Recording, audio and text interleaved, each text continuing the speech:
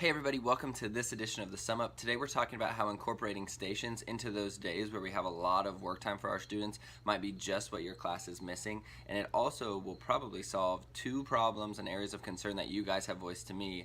Multiple teachers, multiple grade levels have asked me about certain things, and stations might be just what's needed. So let's talk about what I mean by station. So when we're talking about stations, we're talking about splitting our class into 4 to 5 pre-planned groups. We want to plan them for the best success possible. We want to structure them with the students that are going to work well together and be able to get the work done together and help each other. They have 8 to 10 minutes per station around the room. They're going to have a 30-second brain break in between each station. So as they rotate from one station to the next, we're going to give them a little bit of extra time than necessary so that they have time as a brain break, refocus, talk to their partner, talk to their friend for a second, and then when they get to their next station, they can get back and focus. And then whatever is not finished from their stations is homework. This will force them to have to work a little bit harder so they're not taking everything home. So as I mentioned before, there's really been two areas of concerns that I've heard from you guys, one of which is student misbehavior during a long work time. So whether they're on Mathia for the majority of the hour or you give them a packet and you're asking them to work for a long time, that's when the most misbehaviors happen.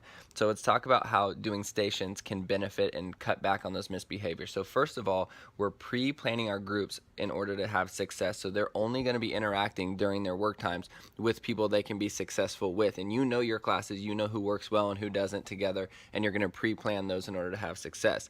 Secondly, the data shows that students only focus best for a maximum of 20 minutes at a time. We know that some students don't even do that long. So we're going to cut that nearly in half and ask them to focus really hard on their station for 8 to 10 minutes. We're going to have a timer going so we know exactly how long they have left and they can see how much longer they have to focus. So you want your timer up on the board for them to see. And then finally, we're going to give them an outlet and give them an opportunity to talk by giving them a brain break every time they rotate. So every time they rotate, you give them extra time. So 30 seconds is probably too long to just rotate from one station to the next. I understand that. We're giving them that time as a brain break to decompress, to be able to talk to people around them so that when they get to their next station and our timer starts for the next station, they can get back and focus at a voice level 1 with those people immediately around them. The second area of concern that I've heard you guys voice to me is this question of my students have gaps that need to be addressed. They come in missing stuff. But how can I find the time to spiral back and work on concepts they've forgotten? So for example, I know the 7th grade team had this happen with graphing ordered pairs and working with ordered pairs on a coordinate plane. 6th grade, you guys had this with multiplying and dividing 2-digit numbers. So how in the world do I ever have time with IUGs and with Matthew and with all these other things to spiral back and get these concepts practiced that they have forgotten? So the first thing I want to show you is how stations can work into your schedule and be no extra day. It's not anything that you have to add or worry about how am I going to fit this in. And then I'm going to show you how stations can address this specific question. So first of all, most of your weeks I've noticed look something like this schedule that's up on the screen. So we have like a Mathia practice day towards the beginning of the week.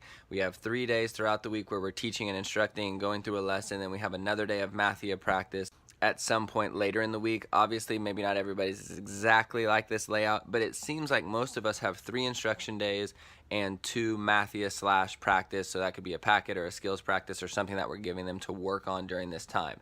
So by switching one of your work days from a workday Mathia day to a stations day, you're not losing any ground that you're already doing. I'm going to show you how you're still going to get your Mathia in, and you're going to be able to spiral back and get some of those topics that they need help on. So on the screen is an example of how you could do stations. So this one works for the 6th grade group that was having trouble with 2 and 3 digit multiplication and division. So I would have one of my stations be Mathia.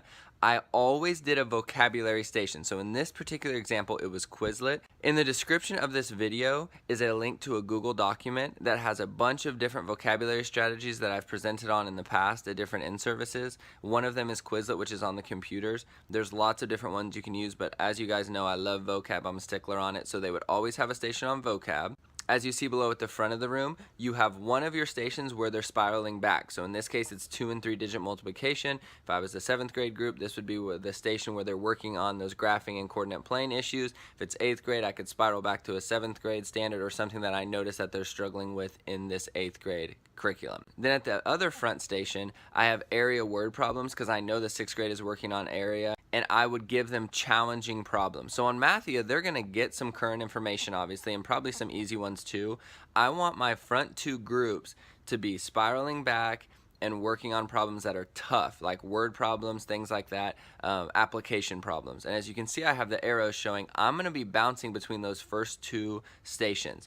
My stations at the back are going to run basically completely on their own, so I'm not worried about them as much.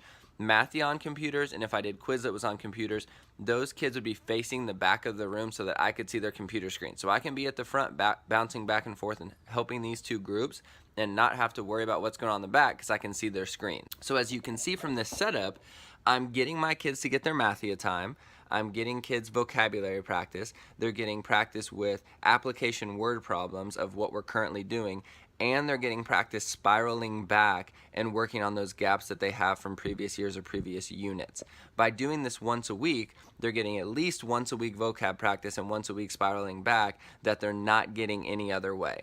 And it adds no extra time or extra planning to your lessons. So hopefully you guys can tell that adding stations to your work time could be very beneficial to help cut back on those behavior issues you're having during a prolonged amount of work time, and it can also give you that time to spiral back and work on other things and gaps that your kids need and get some vocabulary practice, because you know I'm all about that. I do want to encourage you, when I started implementing stations, it was totally out of my comfort zone. I didn't really want to do it at first, but I'm so glad that I did. Another teacher helped me see the light and the benefit in it. So please don't be afraid to just give it a shot. It might take a couple times. Just be very specific and laid out with your expectations that when we're at our groups, we're focused, we're at a level 1, working with the people for 8 to 10 minutes really hard. I'm going to reward you with that brain break of 30 seconds where you can get up and move around before you get back with your next station.